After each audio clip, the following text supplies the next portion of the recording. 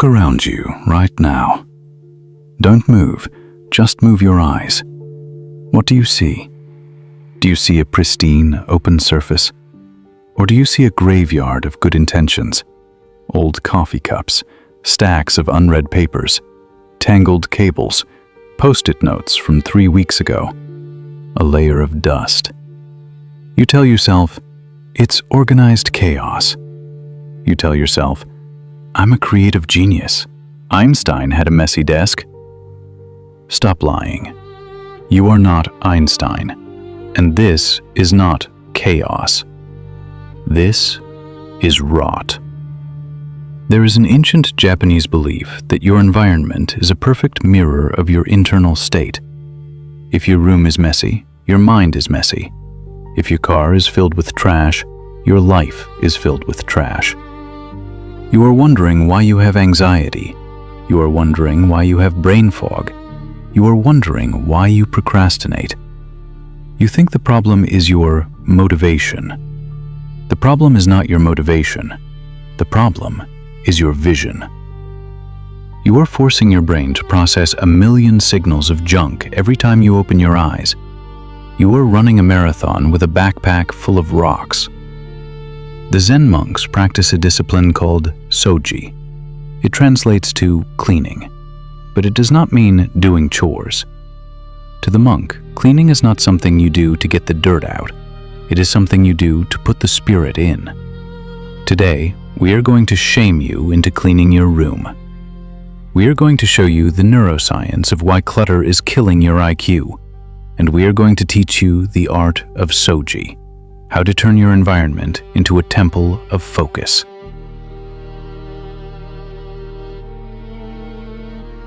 Let's start with the hard science. Why does a messy desk make you tired? Because your brain is an expensive machine. It consumes 20% of your body's energy. It is constantly scanning the environment for threats and information. When you sit at a clean desk, your visual cortex has very little to process. Laptop, notebook, pen, simple. The brain relaxes. It can direct 100% of its processing power to the task at hand. Now, look at a messy desk. Laptop, old receipt, dirty spoon, stack of bills, weird cable, dust bunny, pen cap. Every single one of those objects is a stimulus. Your brain has to look at the dirty spoon and think, I need to wash that. It looks at the bill and thinks, I need to pay that. It looks at the cable and thinks, what does that belong to? You might not consciously hear these thoughts. They are happening in the background. This is called cognitive load. Your brain is running 50 background apps just to ignore the trash on your desk. A study by Princeton University found that visual clutter competes for neural resources. Translation: the more junk you can see, the less you can think. You are voluntarily lowering your IQ. You are giving yourself ADHD. You think you are ignoring the mess. You aren't. You are spending energy to ignore the mess. And that is energy you are stealing from your work, your creativity, and your peace. The broken window theory. Entropy. The universe hates order. The second law of thermodynamics states that the universe tends toward entropy, chaos. If you do nothing, your room gets messy, dust settles, things break. To keep a room clean requires an injection of energy. It is an act of rebellion against the universe. But here is the danger. Chaos breeds chaos. There is a criminological theory called the broken window theory. It states that if a building has one broken window that is not fixed, soon all the windows will be broken. Why? Because the broken window sends a signal. Nobody cares. There are no rules here. Once that signal is sent, vandalism increases, crime increases, the neighborhood collapses. Your desk is a neighborhood. That one coffee cup you left there last night? That is the broken window. Because you left the cup, your brain says, "Oh, we are being lazy today?" Okay. So you leave the wrapper. Then you leave the laundry on the chair. Then you skip the gym. The standard has dropped. Clutter is a contagion. It infects your discipline. If you cannot summon the discipline to throw away a gum wrapper, how do you expect to summon the discipline to build a business? How do you expect to summon the discipline to lead a family? How you do anything is how you do everything. If you tolerate filth in your peripheral vision, you will tolerate filth in your habits. Souji, cleaning as a spiritual ritual. In the West, we view cleaning as a chore. It is something low status. It is something we pay other people to do. We think, I am too important to sweep the floor. In a Zen monastery, the abbot, the head monk, sweeps the floor every morning. Why? Because in Zen, Souji is not about the dirt. It is about polishing the spirit. There is a story of a disciple who spent hours sweeping the garden. Not a single leaf remained. It was perfect. He went to the master and said, "Master, I am finished. It is perfect." The master walked into the garden, shook a tree, and let a few golden leaves fall onto the pristine grass. He said, "Now it is finished." The lesson wasn't just about aesthetics. It was about the relationship with the environment. But the core of Souji is this: respect. If you treat your tools with respect, they serve you. If you treat your space with respect, it protects you. When a monk cleans his bowl, he is thanking the bowl. When a samurai cleans his sword, he is worshiping the steel. When you leave your laptop covered in crumbs and grease, you are disrespecting your craft. You are saying, "My work is not important." You need to change your frame. Cleaning is not a chore. Cleaning is preparation for battle. A soldier does not clean his rifle because he likes the smell of oil. He cleans it because a dirty rifle jams, and a jammed rifle gets you killed. Your desk is your rifle. Keep it clean. The 5S methodology, the samurai protocol. How do we practically fix this? We look to Japan's industrial prowess. Toyota became the most efficient manufacturer in the world using a system called 5S. It is a framework for maintaining a workspace. You are going to apply this to your room today. 1. Seiri, sort. Separate the necessary from the unnecessary. Look at your desk. If you haven't used an item in the last 48 hours, it does not belong on the surface. It belongs in a drawer or in the trash. Be ruthless. You do not need 15 pens. You need one good pen. 2. Seiton, set in order. A place for everything and everything in its place. Your keys should have a home. Your wallet should have a home. You should be able to find everything in your room in the dark. If you have to search for your charger, you have failed. Searching breaks flow. Searching creates rage. 3. Seiso, shine. This is the actual cleaning, wiping the dust, polishing the screen. But in 5S, shine is also inspection. As you wipe the table, you are checking. Is it scratched? Is the leg loose? You are maintaining the asset. 4. Seiketsu, standardize. Create the rule. I clean my desk every night at 10 p.m. I never eat at my desk. If you don't have rules, you rely on willpower, and willpower runs out. Rules do not. 5. Shitsuke, sustain. This is the discipline to keep it going. It is easy to clean once. It is hard to stay clean. This requires a shift in identity. You must become the person who cannot sleep if the room is messy. The digital hoarder. We need to talk about the invisible clutter.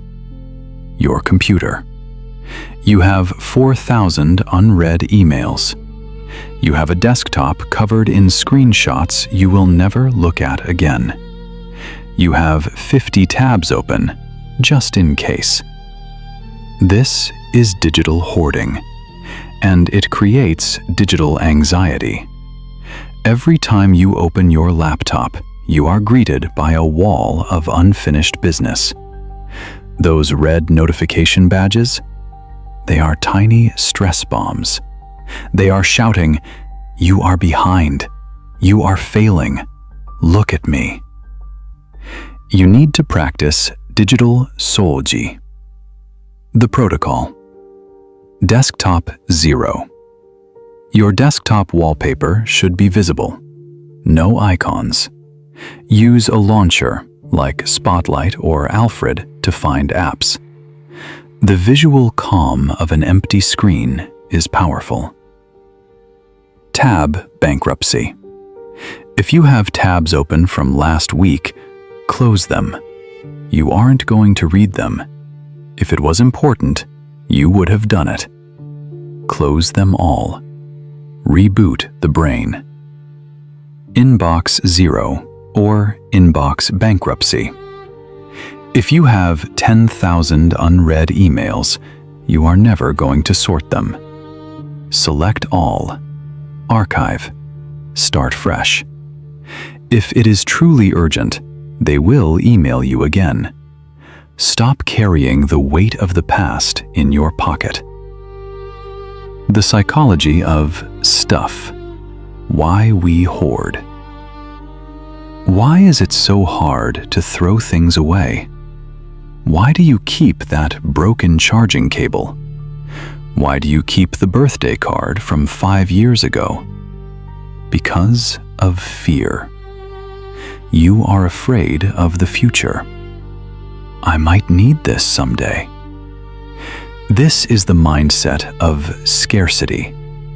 You are telling the universe, I don't trust that I will be able to afford a new cable if I need one. You are betting against your own future success.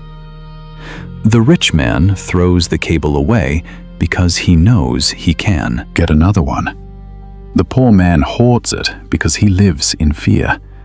Also, we hoard because of identity attachment. We attach our memories to objects. If I throw away this ticket stub, I will forget the concert. No, you won't. The memory is in your neurons, not in the paper. The paper is just a trigger. By holding on to the past, you are choking the future. You are filling your cup with old, stagnant water, so there is no room for fresh wine. The rule. If it does not serve your current mission, it is an anchor. Cut it loose. Ma. The power of empty space. In Japanese art, there is a concept called ma. It means negative space. In Western art, we try to fill the canvas.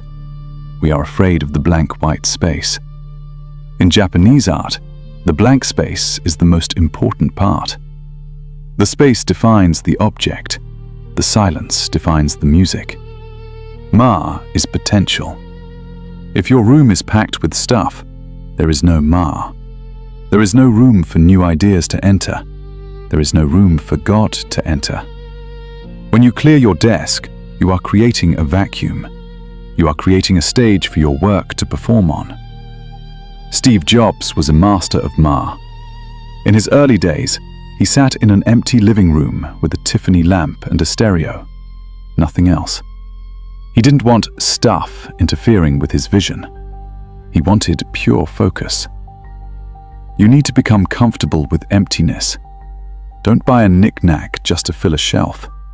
Leave the shelf empty. Let the emptiness speak to you. It says, I am ready. Create something. The reset ritual. You need a ritual to end your day. Most people finish work, close the laptop and walk away. They leave the mess for tomorrow me. Tomorrow me hates yesterday me. Tomorrow me walks into the office and immediately feels defeated. You must perform the reset. When you finish work, you do not leave until the desk is reset to factory settings.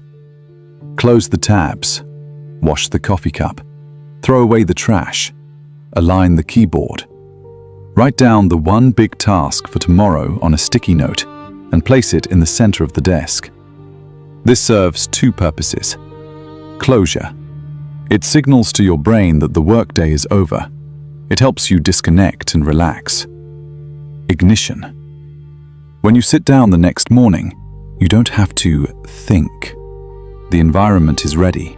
The task is waiting. You can launch immediately. You are being kind to your future self. The architect of reality. Your environment is the user interface of your life. If the interface is clunky, buggy, and crowded, the user experience sucks. If the interface is clean, minimal, and intuitive, the user experience is a joy. You are the user. You are also the architect. Stop accepting the default settings. Stop accepting the mess. When you clean your room, you are not just moving dust. You are organizing your mind. You are stating to the world, I am in control of my domain. And once you control your domain, you can control your fate. Start with the desk, then the room, then the house, then the mind, then the world. But it starts with the wrapper on your desk right now. Pick it up. Here is your mission. I want you to do a 15-minute kamikaze clean. Set a timer. For 15 minutes, throw away everything that is trash. Clear the surface. Take a before picture and an after picture. Feel the difference in your chest when you look at the after. That feeling is clarity, and clarity is power. So tell me, what is the one item on your desk right now that doesn't belong there? For example, a week-old water bottle, a stack of mail, a toy. Identify it. Write it in the comments. And then, write the vow of Souji. I clear the space to free the mind.